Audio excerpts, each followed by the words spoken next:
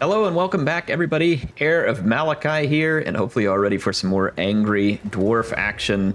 We are going to be continue the Thunderbarge rampage. In the last episode, I talked a little bit about how the Thunderbarge was so amazing, and I think many of you agree with me. In fact, someone linked me to the video that Legend of Total War made, where it was like Thunderbarge 12 out of 10, and that's definitely true. It is certainly a 12 out of 10, and to help attest to that, the two little heirs want to add their own thoughts as to why the Thunderbarge is awesome. So, what do you think? Go ahead. Mine is the big spear on the front of the Thunderbarge, because it's pretty funny how it just like destroys everyone. Who do you like seeing get hit with the spear the most? Usually like nerdlings. Okay, all right. And what's the other great thing about the Thunderbarge? I thought one of the best things about the Thunderbarge was the bombs. Like, they'll just cruise around, drop bombs every now and then. And then the person I like to see get dropped on with the bombs best is like Chaos, because then they just they go like, and there's just like a big orange explosion. Okay, there you go. So there is a further testament from both Heir and the heirs of Heir regarding the Thunderbarge. So my only advice to you is, when it comes to Thunderbarges, yes, that's the only answer. Yes, Thunderbarges. All right, we're going to continue things here and get on into taking care of our troops. Let's see, we got an upgrade here. Looks like I was working on maybe requisition. Yeah, probably requisition. The speed for the missile units isn't bad. Like, this, it's definitely not like a bad upgrade for them. Something to go to, but I think, oh, we've got this. Actually, that's a good one right there too. Let's go into that one first, and then we'll finish up requisition, because we don't run out of ammo often, but there are times where you could potentially end up in a situation where you want more ammunition. I don't think we need to build anything in the airship right now. We're not dying for it, so let's mostly just focus on these skill points. With Malakai, we did get Morgrim's Favored, just buffing up our artillery. I think we're going to want to put some points in Dawi Firepower as well, just because all of our pew-pew needs to be as strong as possible. I think is always a good idea. We're going to skip that building. Our Grudge Bearer army here hasn't moved. We might be able to take another settlement with it, which would be hilarious. This army has really... yeah, we can. This army's paid off. It's gotten some work done. Now, they may undo a lot of that work here fairly quick, but I have an army in behind them to kind of help as follow-up. So, I mean, it's definitely helped in terms of the level of disruption and kind of chaos that we've caused behind enemy lines. I'm trying to think, where's my other army right now? Okay, so I'm thinking I got Malakai here. He's going to come sweeping in through, and he'll get all the way to the Writhing Fortress. I might take this army, head to the Burning Monolith, which then means this army could maybe hit the Howling Citadel or the Crystal Spires. We'll kind of just start to cut these guys off. So yeah, let's go ahead and move over here. And I was wanting to say we started another army. And that's the one that's being trained down at the Tower of Crack. And we're getting a couple of Thunderbarges, which is going to hit our upkeep really hard. We also got over 500 Oath Gold on the last turn, which means we need to get into the Forge. And we need to keep striking out these character runes. These high-level ones are very nice. Got the Rune of Flight here. It's a magic missile. The Rune of Alaric the Mad. This one helps with armor-piercing damage. That's a pretty nice one as well. Let's actually do that one.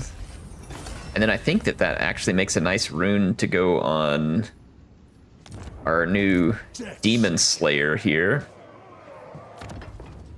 Yes, let's get it on here. Oh, we picked up an armor here too. That'll actually go nice on him too, because Demon Slayer doesn't have a lot of armor, so picking up a ward save, melee defense, and even a little bit of armor is a nice touch to add to him. We do have these other weapons. We got the Father of Blades. Whoa. So it makes his attack stronger, puts a minus 24 on enemies for 33 seconds. That is pretty good. The Executioner's Axe, though, 20% weapon strength, and it comes with armor sundering at the cost of 5 attack, but he's a high attack character to begin with. That is also a pretty amazing one, and since he doesn't deal a ton of armor-piercing damage, that one could be another really good... Or Smednir here, what does that one do? Yeah, that's a good one, too. Man, Father of Blades, man, there's some cool stuff here. But let's get the Executioner's Axe equipped there. And let's see what else we can attach to this character. I don't know that we got just the other Trickster Shard. These are horrible. I'll throw it on there because we have nothing else, and then we'll put the rune on him. So he's now going to be dishing out some pretty potent armor-piercing damage there. 231, 25 bonus versus large. Plus the armor sundering, he's going to knock 30 armor off of whatever he's hitting, which is effectively like adding armor-piercing damage in practice. So that's pretty good stuff. The Demon Slayer is going to need some heroes to support his army. I can't remember whether I was moving heroes around.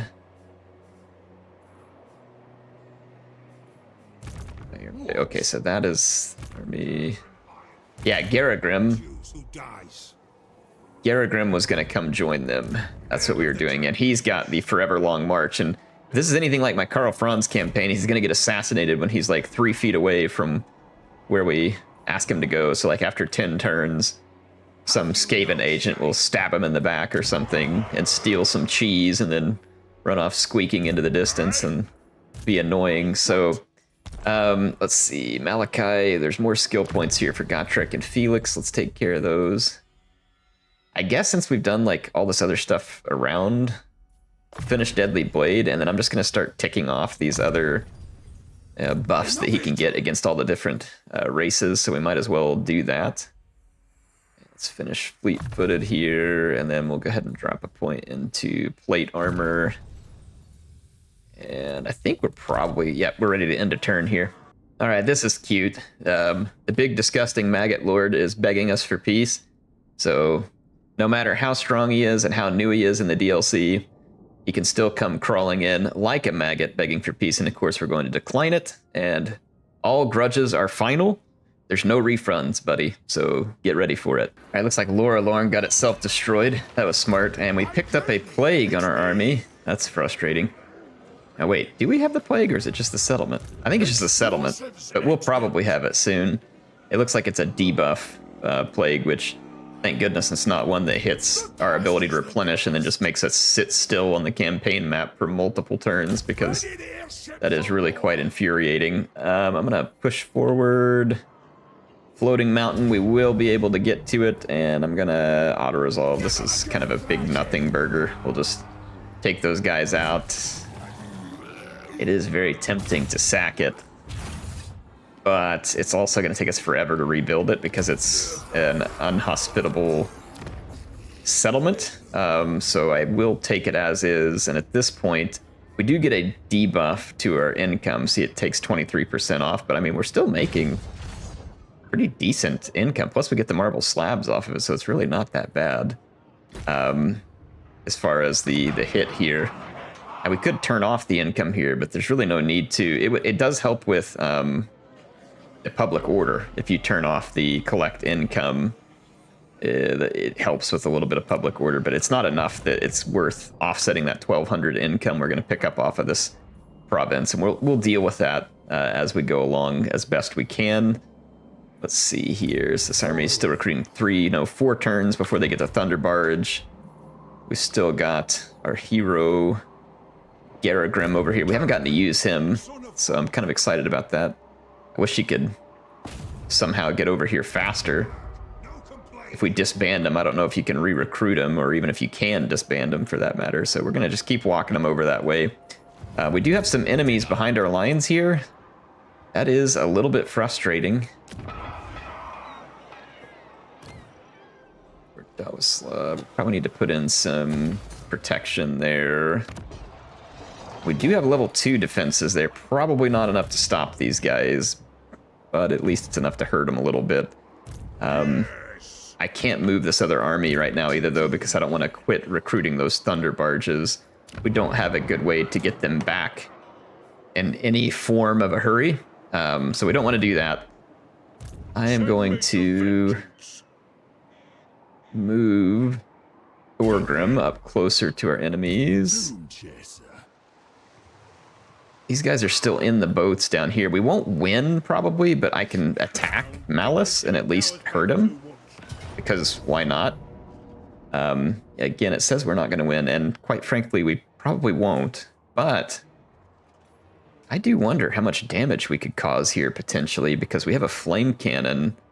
There's a lot of Blackguard and other units that would be fun to flame there. And we have these Iron Drakes, which if we can keep them firing for a minute, can also cause quite a lot of damage. So we might have some fun with this for just a minute, see what we can do. All right, we're going to be at a little bit of an impasse here. The enemy does have pretty good long range capability with their two Eagle Claw, or sorry, they're not Eagle Claw bolt throwers, they're Reaper bolt throwers, my bad. I'm going to try and lure them forward. We should have slightly better range, 440. When I say slightly better, I actually want to say, yeah, pretty, like we have 90 more range than their bolt throwers. Let's see if we can lure those forward into the loving embrace of our grudge throwers. And we might end up being able to pull the enemy army as a whole towards us and do some good damage. In fact, I think I'm going to move some of my units back and really draw those Reapers in closer. And I'm going to keep my gyros well out of range of those bolt throwers. I don't know how effective our stuff is going to be against these Reaper bolt throwers. We may not score hits that good, but we might. I don't know. We'll get lucky. That was actually pretty great. If we could destroy some of their throwers, that would be fantastic. We hit their crew pretty good right there. They're going to be into range shortly.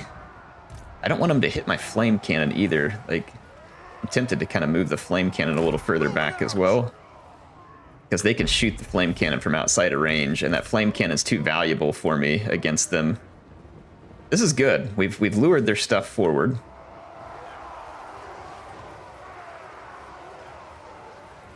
All right, they're just about inside of range. Oh, that was a good hit right there. Real nice damage done.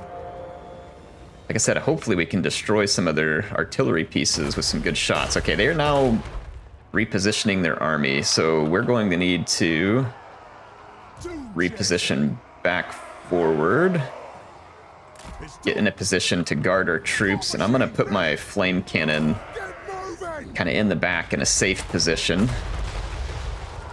Any moment now, they should open fire on us. Okay, we got some great hits there. Their Reaper bolt thrower is reeling at the moment. I think I'm actually gonna shred on those dark shards a little bit. They should be an appropriate target. Again, we gotta be careful with our Trollhammer gyros. They are a very valuable unit. Oh, crap, and they are shooting at my flame cannon. Shoot! It's so annoying that they have something left shooting, because they might get lucky and damage. Hoping one of my overshots here might get lucky and put that thing out of commission. They're not shooting at me much. I'm gonna try and spread some damage around. Gosh, I hope they don't hit my flame cannon, but I just can't afford to be shooting anywhere else. We're gonna have threats down both flanks, so unfortunately my Slayers are gonna have to commit to protecting a flank. Which is not what I want, because I'd like to have some reinforcing infantry up front. Okay, we got a solid hit into some of those Blackguard. It's a good deal. Let's see if we can take out a few of these Blackguard. Actually, let's just shoot for the Blackguard. The Reaper bolt throwers are mostly ineffective at the moment. Okay, the flame cannons are going to be able to open up. That is good news. Let's target these Blackguard. Ah, not a Doom Bolt. That sucks. All right, our guys should burn out those Doomfire Warlocks. Here comes Malus as well. Malus is going to be a very tough customer. targets. I have to target some of their key players here and attack Malus. All right, we're just gonna do everything we can here. Again, we may not win. We're looking to maximize damage. How do we maximize damage here?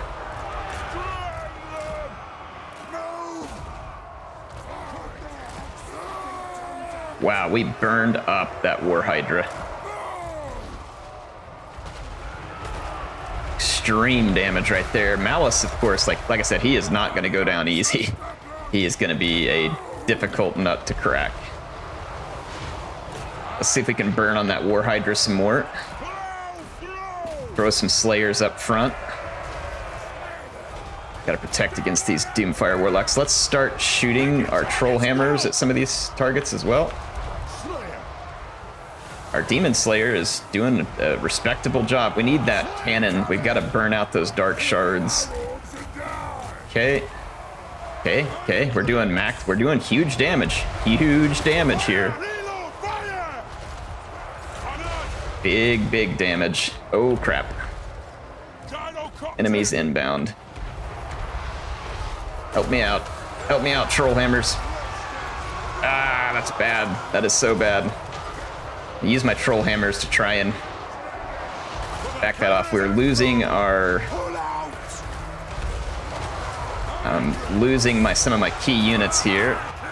And our front line is kind of collapsing. Ah, that Hydra got some heals. That is also bad news for us. I'm trying to get rid of this. Oh, I forgot I had a unit of Slayers back here too. Wow, that was stupid on my part. We don't want to lose that Flame Cannon. That Flame Cannon can still do big things for us.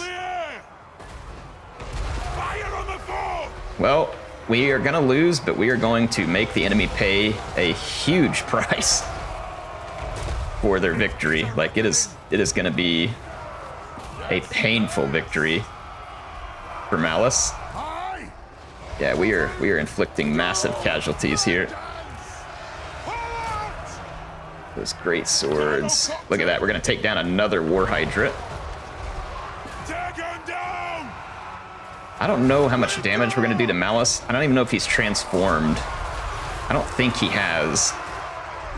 Which means he's probably going to go for the transform. We lost our Slayer Lord, so that kind of stinks. Let's see what we can do to keep burning up some enemies here. The Troll Hammers are very effective. They have done tremendous damage. We got rid of 2 War Hydras.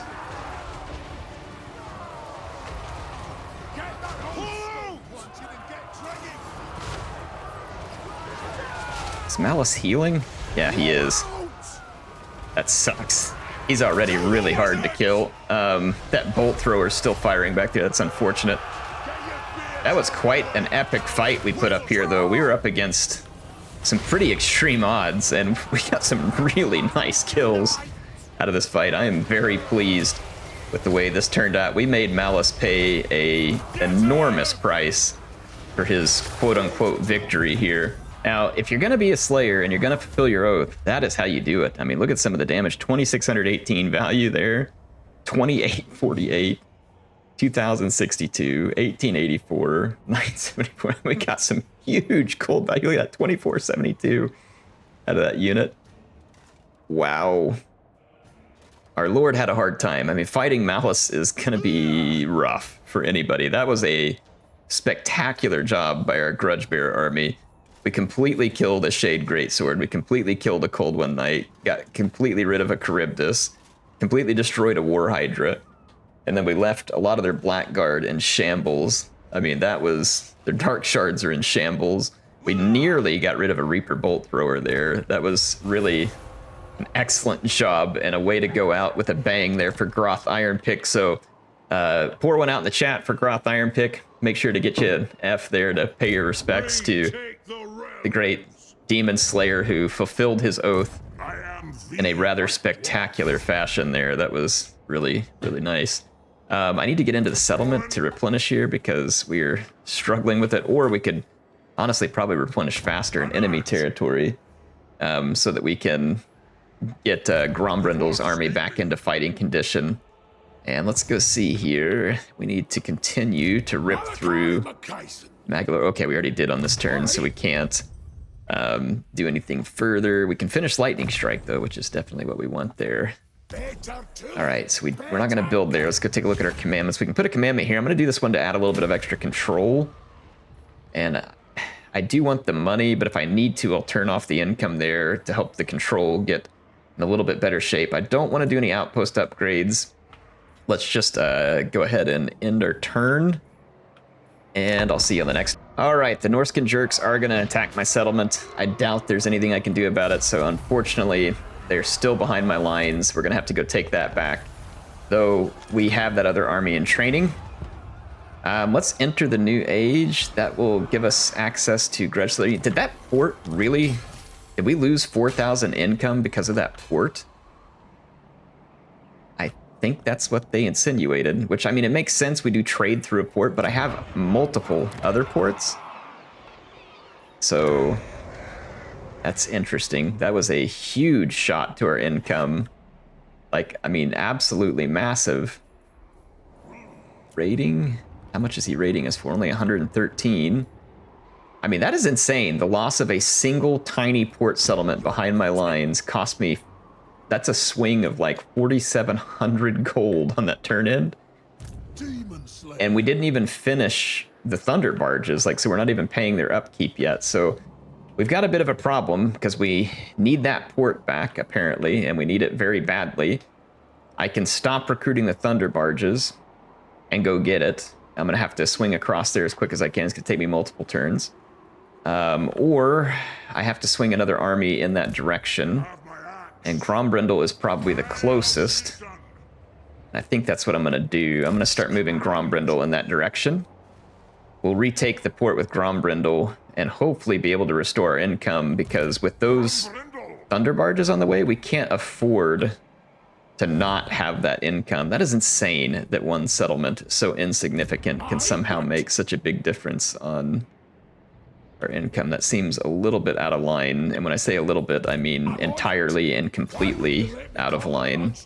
Again, I understand it's a port, but I have other ports. That doesn't make any sense. Like, I have multiple other ports where we can do that trade from. I'm gonna have to keep an eye on this situation, because I'm not gonna be able to afford 600 gold to pop Thunderbarges if we can't solve the situation with the trade. Let's go over to guilds. Treasuries, income from province capital. I mean, why not? It'll help us make a little bit more money. Defensive supplies, storage vaults, High King's authority.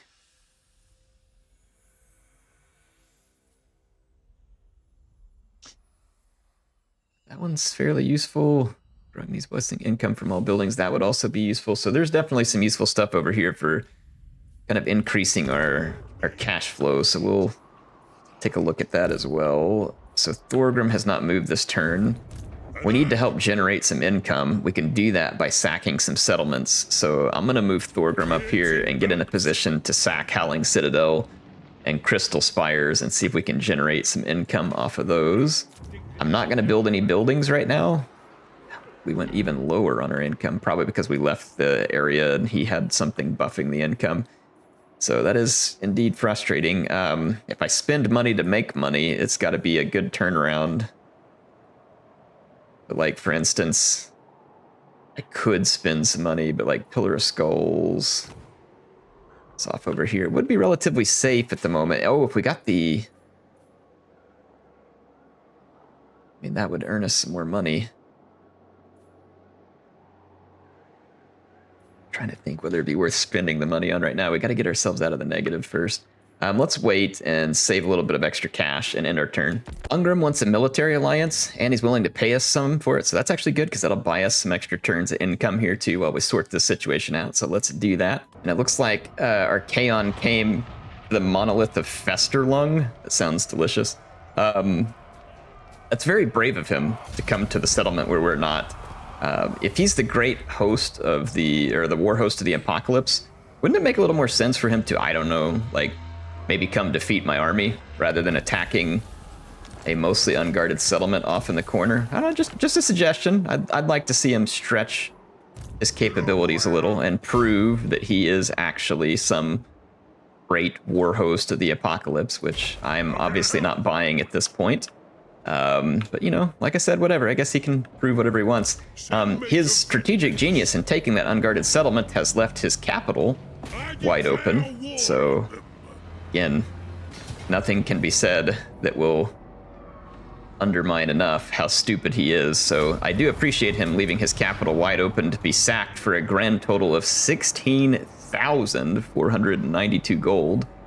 And might I add, at a very opportune time. So I know some of you out there get it when I say how stupid it is for the AI to attack your unguarded settlements. And some of you defend it. Every time I say it, no matter how many times I say it, someone always comes in and defends it and tries to claim, well, in real warfare, that can actually be really effective, you know, like going where the enemy's army. Okay, but this isn't real warfare. It's a game, and this is what it results in, which is the AI basically getting depantsed and laughed at by the entire school here. That's exactly what we're gonna do. So there goes their pants, their dignity, and any chance they ever had for victory because of the way that they do things here. So I'm now gonna occupy this just so I can get some little bit of replenishment. I mean, this is ridiculous.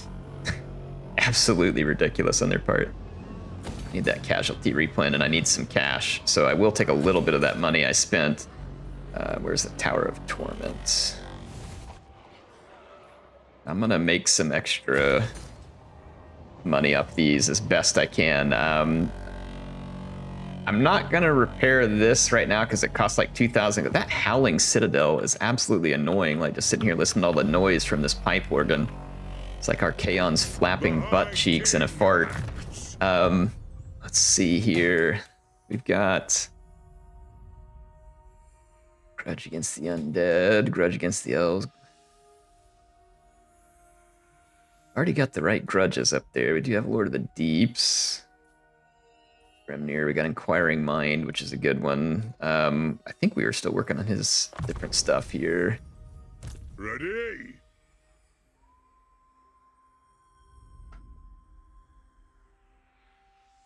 Let's see. Rune of Grum, yeah, that's probably a good one. Keep us from taking missile damage. How many turns away are from we have to pay the upkeep? I think we're gonna get hit with about 1,200 more upkeep. We're gonna get about 600 of it or 700 of it on the next turn. So we're gonna be feeling it here in just a moment. We're gonna need some more cash. Let's actually go to diplomacy.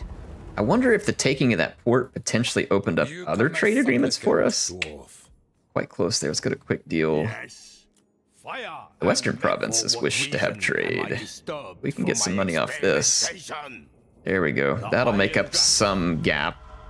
I'm wondering if we lost trade with another faction because it had to go by a port, and maybe we can get it back by elsewhere. Okay, it helped. Oh, we finished the Dreadquake destruction, which was an old mission. Oh, it was the one that wanted us to get trade with Cathay. That's hilarious. What kind of reward did we get for it? I think it was this one.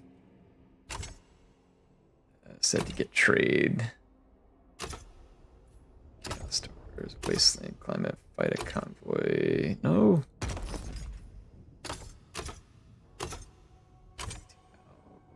Factory. Climate. Where the heck was I? Think maybe it was this Dreadquake destruction. Yeah, Dreadquake destruction. Form a trade only. Okay, so we got 2,500 gold and 100 oath gold. Nice. It's a good time for that. Let's go back to our Skaven one.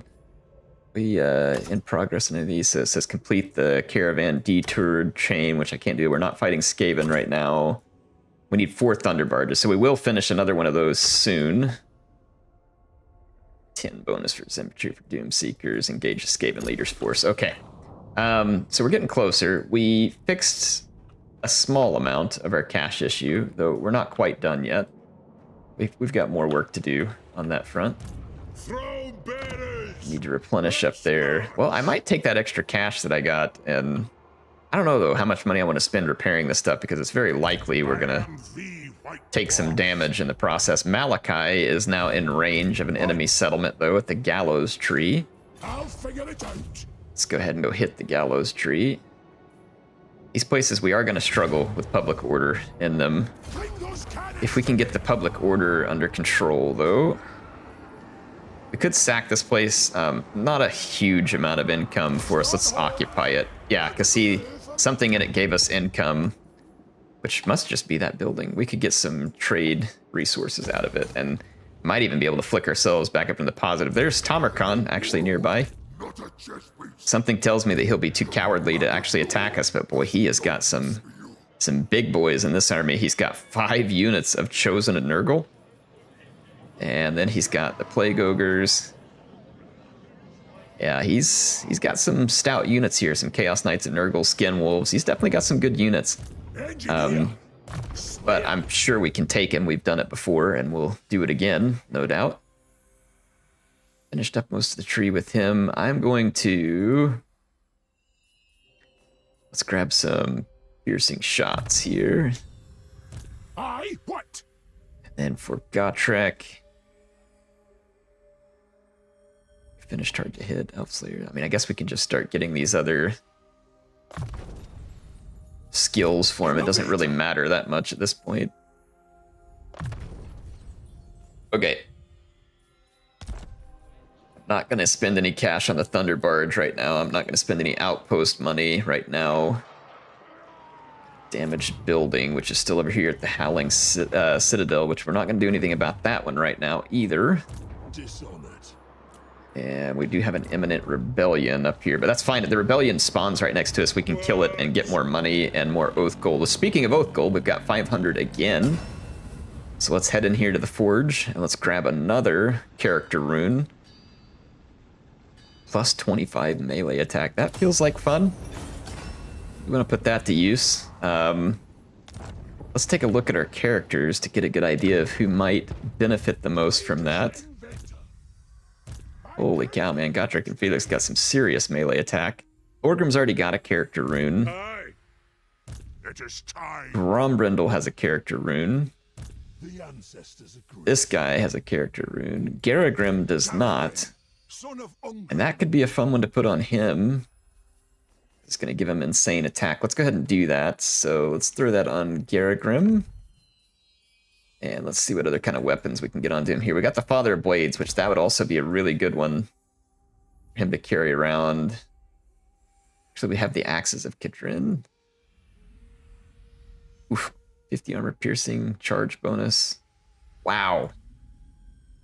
Actually, that one's a better one. Let's put that one on him. Holy cow. It's quite the mammoth buff we're going to get from that. Okay, I think that'll do. So we got the next rune. We got our rebellion we're going to have to deal with, but that's fine. Let's end our turn again. All right, let's start to assess what happened here in the turn end. Our income dropped again. That's because we finished the Thunderbarge. So that's one of the Thunderbarges we're now paying upkeep on. So not a huge surprise. We completed that mission, by the way, too. And we need to see what we got for it. Skaven Scheme. We got 1,000 treasury. Not a huge... Oh, but it gave us a buff to our Thunderbarges too, if I remember right. I'm going to go underground here, and we're going to hit these guys, take that settlement back, see if that'll fix some of our woes. Our Kaon is now in behind us because, of course, why would he face the major, massive threat in front of him when he could just ignore us and pretend we're not a problem? Leave his homelands completely and totally open to invasion, and then just, you know, go walking off into the sunset on a pipe dream of capturing some minor settlement that plays no significant role. Anyway, I've played enough, I think, on how very little these small settlements, and you might be like, Eric, you said that the settlements don't matter. You just lost all your income. I did lose my income, but am I going to lose the war? And the answer is no. So like they can annoy the player, and that's all they can do, and then the player is ultimately going to win. Look at this. Tamarkan didn't run away. Color me impressed. Color me impressed. But he should have run away. And the reason I say that is because he has no prayer of surviving what we're about to do to him and his maggot kin followers. So let's have a little fun, shall we? All right, the battle's underway. I forgot that we may be potentially up against that bombardment. I don't know if it's just Tamarkan who has it or if his whole faction can have it. And then if I forgot to look and see whether this army had it. If they do have it, it's on a cooldown which is good because my army was kind of blobbed to start. I'm going back to a safer position because Tamarkan is going to enter the battlefield from what would have been my left flank, and I'm not going to allow him to make that kind of approach on me. I'm going to use the Thunderbarge to kind of chew these guys up a little bit, but I'm now going to move back and get this ready to kind of start working on Tamarkan's army. Yep, okay, they did have the bombardment, and I used these units as bait, and fortunately for me, that much like the enemy's settlements, where they just go for the easiest and closest target, they took the bait the exact same way with their stupid bombardment, and thank goodness, because that saves at least one of those bombardments from being used on my good units. So I'm going to continue to use these as bait and leave them out in front, where they will hopefully be a tempting target for that stupid bombardment. We shall see. I want to make sure some of my units are set to fight here. Let's get our cannons into a defensive formation. For anybody wondering why I put my missile units in a defensive formation, it's so that they don't chase a target if they defeat it and it starts to walk out of range, and then your units go walking off in a direction that you do not wish them to. So that is why I do that, in case anybody's wondering. Now, if you were, for instance, fighting and you didn't want your main line to move if they defeat a unit and chase them, again, you can put your infantry on the guard mode or a defensive formation, whatever you want to call it there as well. That's definitely something that's possible. I'm going to spread these expensive units out a little bit too, because these are certainly potential targets. Tamarkan is going to be here in a few seconds, and I don't want him to be lonely, so I'm going to summon the Spirit of Grungni to help welcome him, and we're going to have 2 different Spears of Grungni to shoot into the Maggot Lord as soon as he arrives. We want to make sure and give him a welcome that he won't soon forget. There goes one spear, and I think one of the spears missed him. I think maybe is what it looked like. I don't know if it can miss, but it looks like it may have missed. Oh gosh. I think my own cannons shot my gyrocopters again. That is something that I seem to be very good at, which is getting my own gyrocopters shot. I'm gonna target Tamarkan, the Maggot Lord, here. Apparently there was a glitch going on that I think maybe got patched, but we stole Tamarkan's mount. Oh crap, it's bombardment time. Run, run, run, run, run, run, run. Wow, well, we tried to dodge it. Didn't exactly work, but that's 2 bombardments down, and they've only got 1 left. So at least there's that. They did not bombard the exact same spot again. Tamarkan's getting his face blasted by my cannons. He is a rather large and easy target to hit. It's got to be one downside to being a giant maggotkin that everybody hates. You guys shotgun them to death or something? Thank you.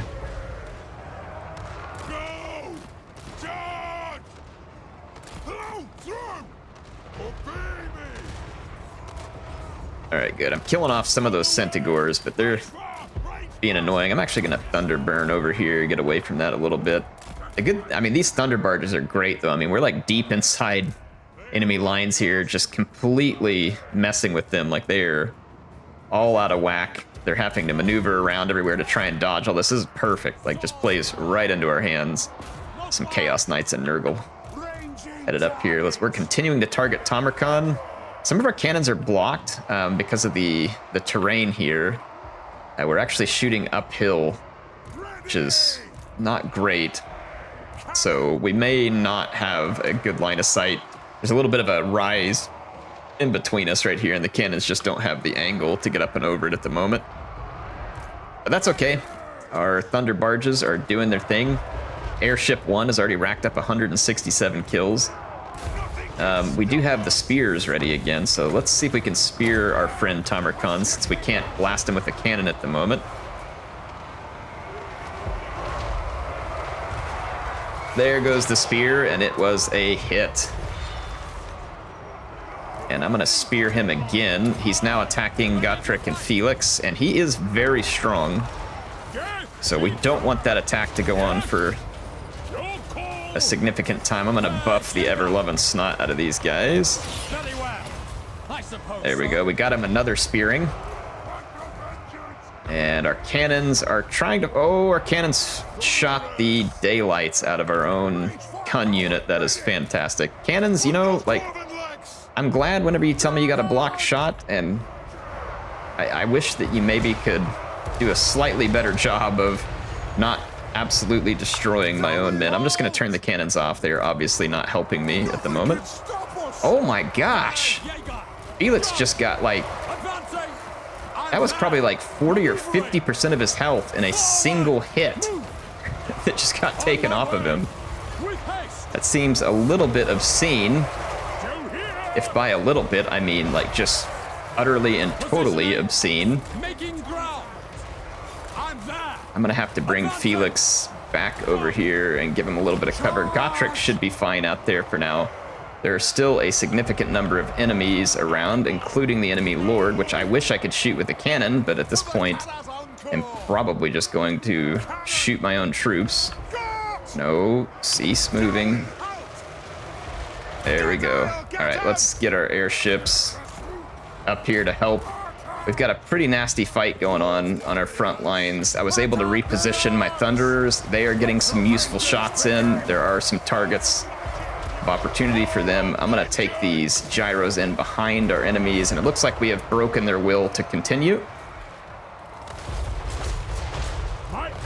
Very good. Very good indeed. So a tough fight. I mean, that's probably the best fight that anybody's given us in a little while at least, so. 220 on the Spirit of Grungni, 400 on Airship 1. Look at that, Airship 1 outperforming the Spirit of Grungni for whatever reason. A very zealous crew living up to the name of Air there. All right, I'm actually gonna go ahead and replenish because we're probably in an area where replenishment might be slow, so I'm gonna take that replenishment to help out my infantry. That is gonna be a good defeat of Magakin. It gave us some needed treasury as well because we're still gonna be operating in the negative for a while longer, maybe a long while longer. We have both of those airships completed now, I believe. And that's bad in the sense that, or no, so we still have another airship to come in. Wow, we have a whole lot more upkeep to pick up. On the next turn, we can get a little revenge there, but again, at least we've banked up some extra.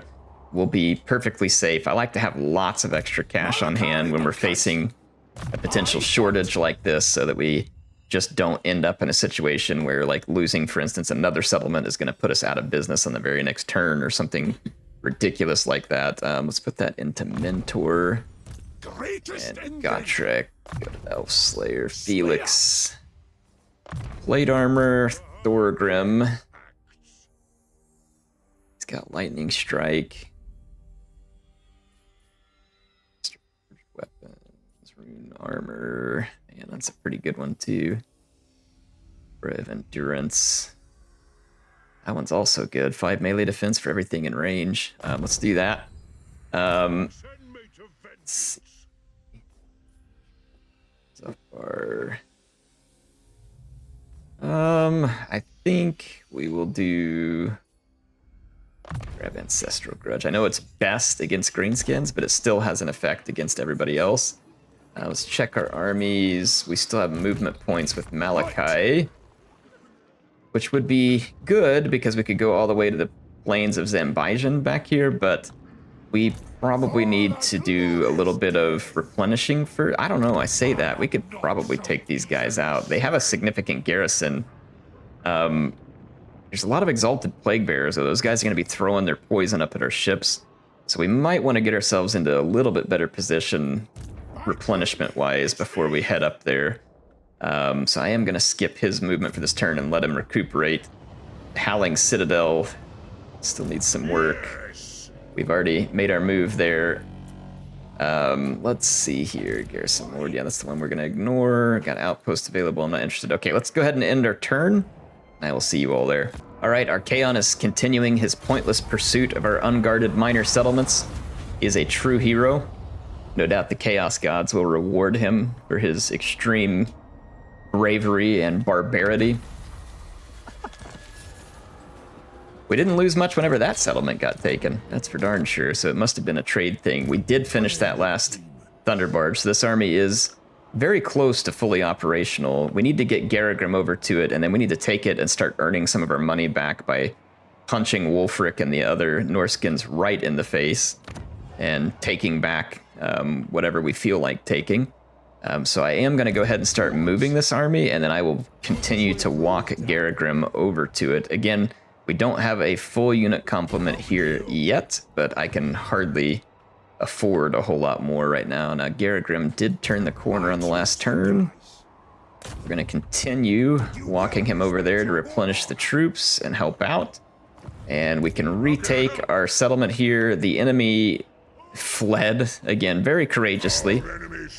Like, fled into the distance, like the Three Stooges. All right, so we retook our settlement. That did not give me back near as much income as it took away, which is a convenience. Were we really making that much money off of the iron?